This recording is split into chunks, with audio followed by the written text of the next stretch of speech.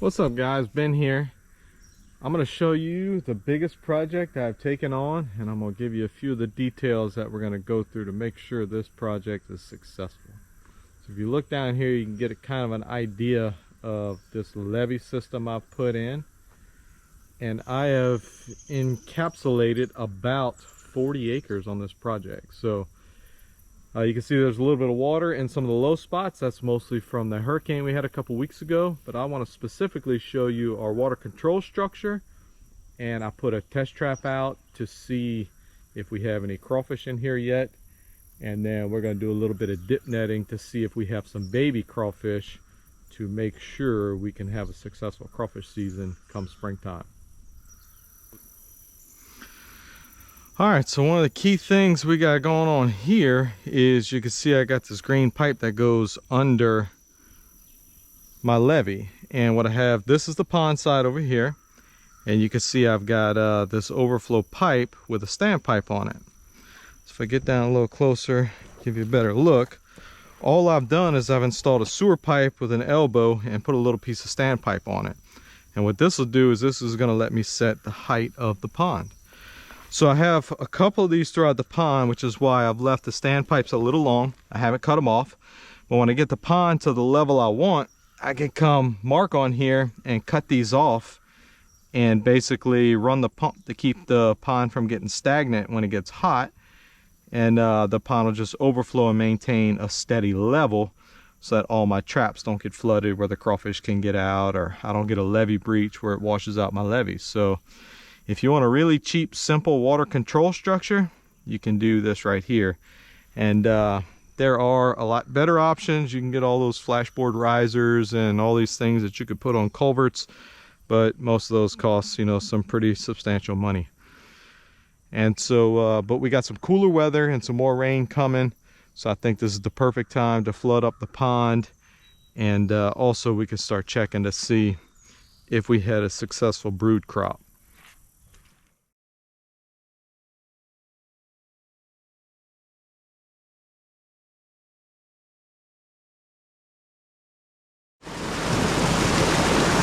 I don't know how loud it is right here, but I've got the tractor running at about half throttle, and this is my pumping setup. And basically I got my tractor running a PTO powered pump.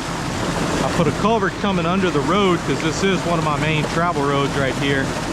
And you can see at about half speed, I hadn't calculated the volume, but I know this pump is designed to put out like, I think it's about 4,500 gallons per minute is the max. So this is probably, I don't know, 2,000 or 3,000 gallons per minute. And it's definitely flooding up our pond pretty quick. I started it yesterday, ran a couple hours. I don't know if you can see right out there, that's one of the test traps I put in. We're gonna go check it in just a second. But basically all I have is I didn't want a diesel pump or anything like that because I don't want another engine to maintain. But basically I just have this pump that sets down in the canal right there. So the suction's way down there in the bottom of the canal, which connects to a major river, which, I don't know, is about a quarter of a mile away. And the tractor PTO turns the pump. And so I just keep this thing greased up, and it pumps the water straight across the road into my pond.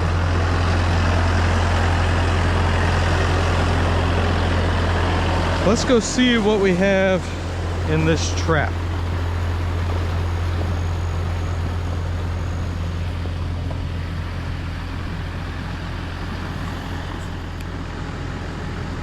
So you can see the trap right there. There's some big ones too.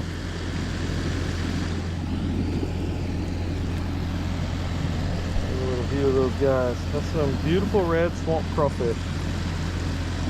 There's a couple things I'm checking for here. So when you first flood the pond is when the crawfish come out of the ground, and they should have eggs or babies on them and start releasing those into the pond. So I do not see eggs on any of these crawfish. Let's see if these are males. So that is a big male.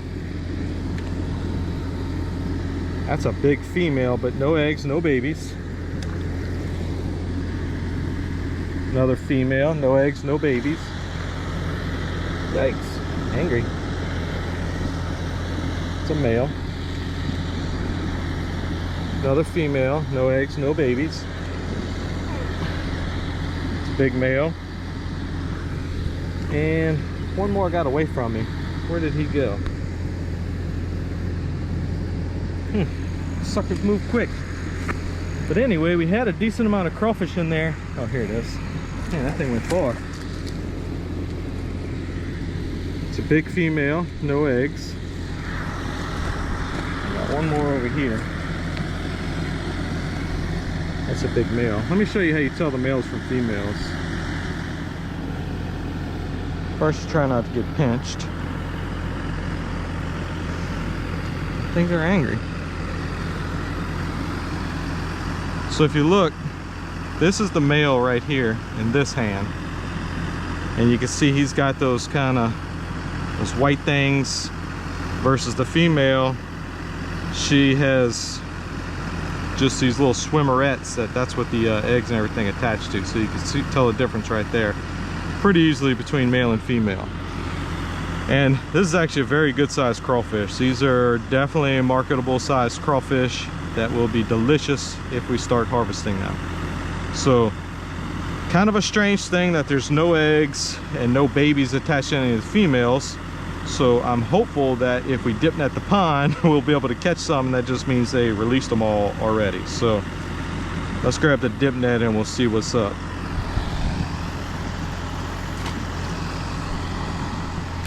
Here's my dip net. I know it's probably about time for a new one. This thing's about ratted out, but all I need to do is see if we got a couple of different age group young crawfish in the pond yet, which I'm really hoping we do, and that the crawfish have just released the young already. So we've definitely got some water beetles.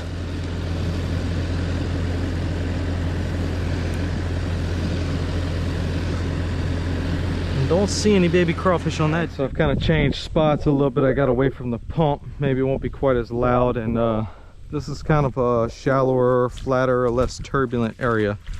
So maybe we could see if they got some baby crawfish in here. Because we know we definitely had some survival of some adults.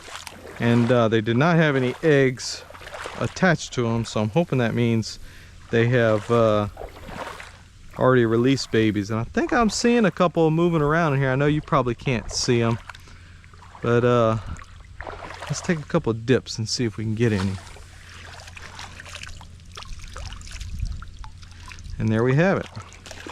I don't know how well you can see that. I mean, I know they're tiny, but that is what we're looking for. It's those tiny little baby crawfish. And I'd like to see a few different age classes. So let me check and see if we can catch any that are slightly larger.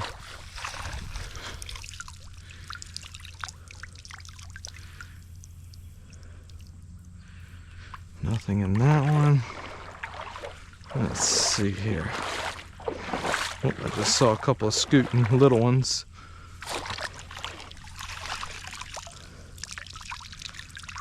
We got a couple more really little ones. Some beetles. I want to see something slightly larger, but I guess it doesn't matter. You see we got several in here this time. See, and they're about the same size, so I'm guessing they probably all hatched the same time when we got that first little bit of water on the pond from the storm. I'm guessing that's probably when they came out of the ground with the adults and were released. Kind of same story. Plenty of these little ones. 1, 2, 3, 4, 5. I might have 10 of them in this one scoop. So there you have it, guys. I think that gives us a very good chance at having a successful crawfish season in this pond. So the water kind of just reached this area. There were some big puddles and all from the hurricane, but I had the overflow pipes open. I didn't have the standpipes in them, so all the water just drained out over the following day or two. But this is one of those areas I kind of did a little clearing. I made probably I don't know, 5 clearings this size where they're 4 or 5 acres each. And that should give me some nice open sunny areas to warm up, grow grass. Maybe shoot a duck or two if we're lucky. But I think we're gonna be able to catch some crawfish here in a few months.